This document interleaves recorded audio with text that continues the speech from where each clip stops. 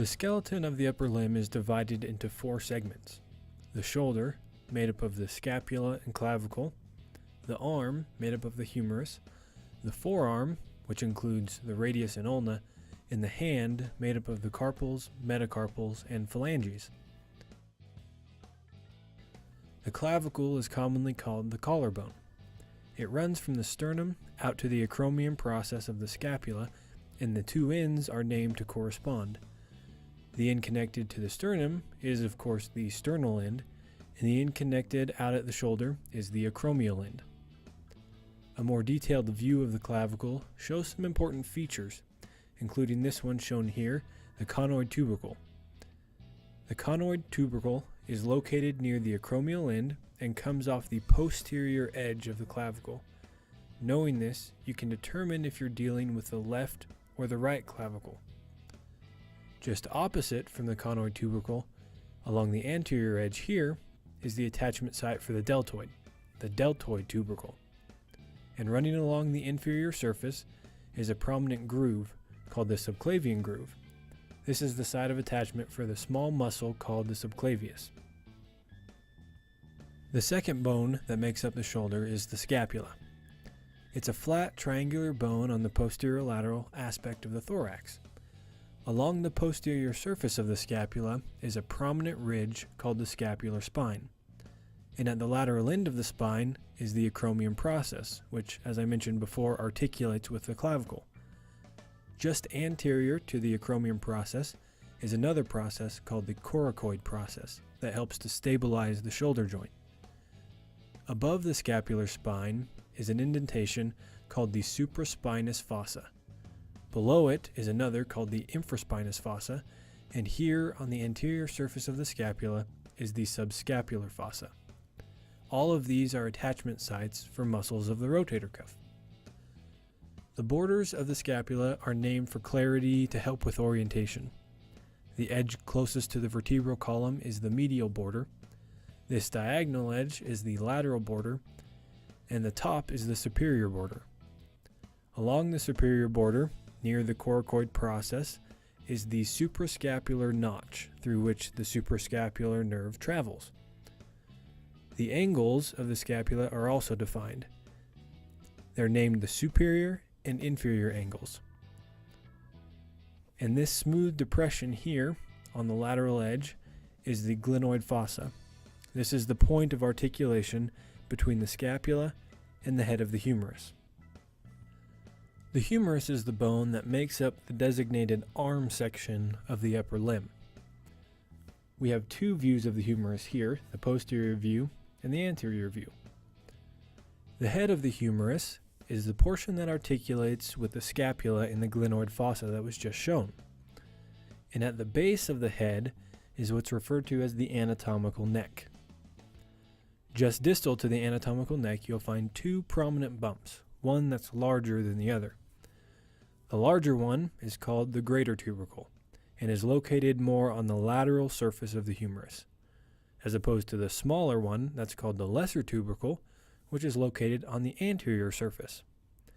And between these 2 tubercles is the intertubercular groove. Just distal to the tubercles is the surgical neck of the humerus, which is a common site for fractures. As you move down the shaft of the humerus, about midway on the lateral surface, you'll find another roughened prominence, which is called the deltoid tuberosity. This is the insertion point of the deltoid on the humerus. And running next to the deltoid tuberosity on its posterior side is the shallow radial groove. This groove is the path for the radial nerve and deep artery of the arm. The distal end of the humerus flares out medially and laterally, forming slight ridges on both sides. These ridges are known as supracondylar ridges. That name is fitting since the ridges are located just above the medial and lateral epicondyles shown here. And the epicondyles lie just above the condyle of the humerus. Now, a condyle is a prominence that usually serves as a point of articulation, and in this case, the condyle of the humerus helps form the elbow joint. On the posterior surface, there's a large, obvious depression called the olecranon fossa. This allows for the full extension of the elbow. On the anterior surface, there are two smaller depressions. Laterally is the radial fossa, which accommodates the head of the radius during flexion, and medially is the coronoid fossa that receives a process of the ulna during flexion. There are two articular surfaces of the condyle. The laterally located capitulum, which articulates with the head of the radius, and the more medial pulley-shaped trochlea that articulates with the ulna. There are two bones that make up the forearm of the upper limb, the radius and ulna. The radius is found in the lateral portion of the forearm, or the side closest to the thumb.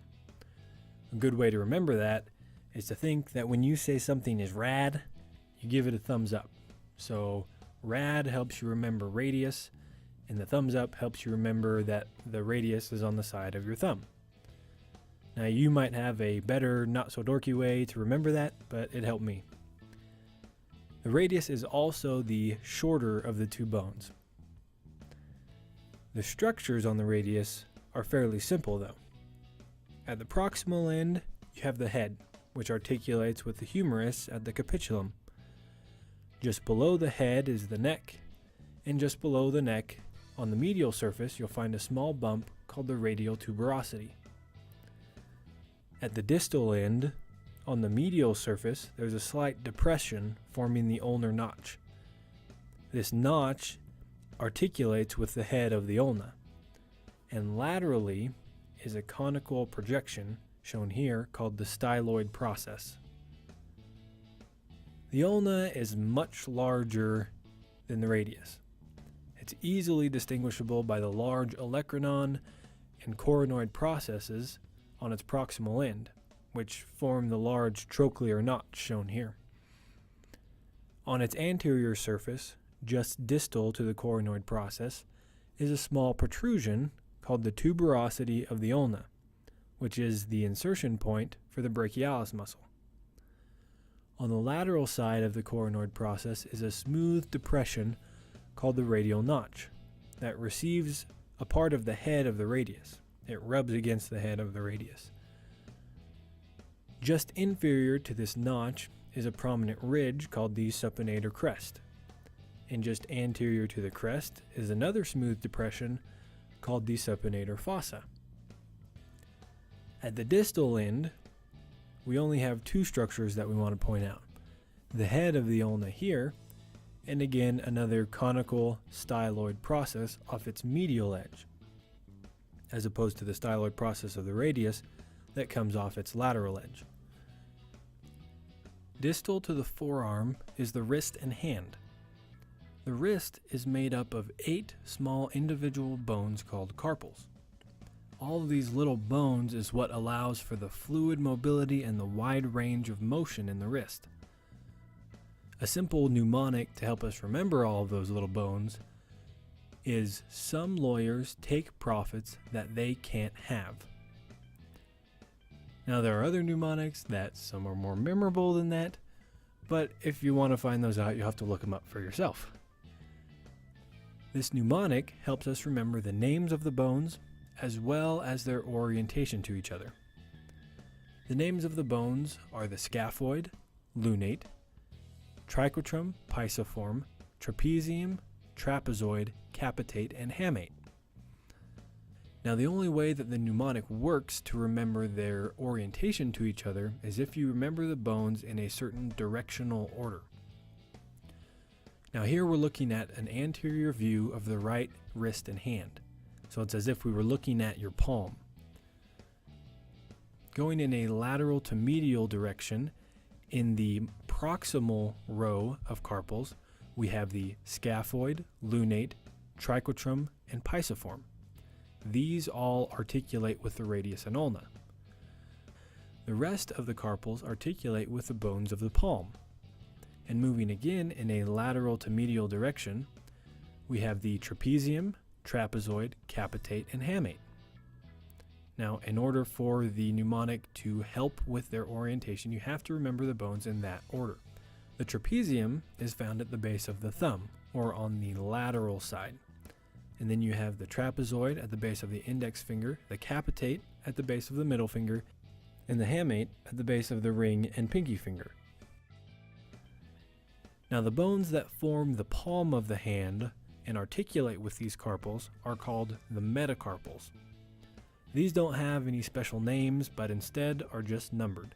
Starting with the metacarpal that attaches to the thumb as the first metacarpal, they're numbered 1 through 5, the fifth being the metacarpal that attaches to the little finger. All the remaining bones distal to the metacarpals are considered phalanges and make up the bones of the fingers. But since there are multiple phalanges in each finger, we have to further define them as proximal, middle, and distal. Each finger has a proximal phalanx. Only the second, third, fourth, and fifth digits have a middle phalanx, and again, all of them have a distal phalanx.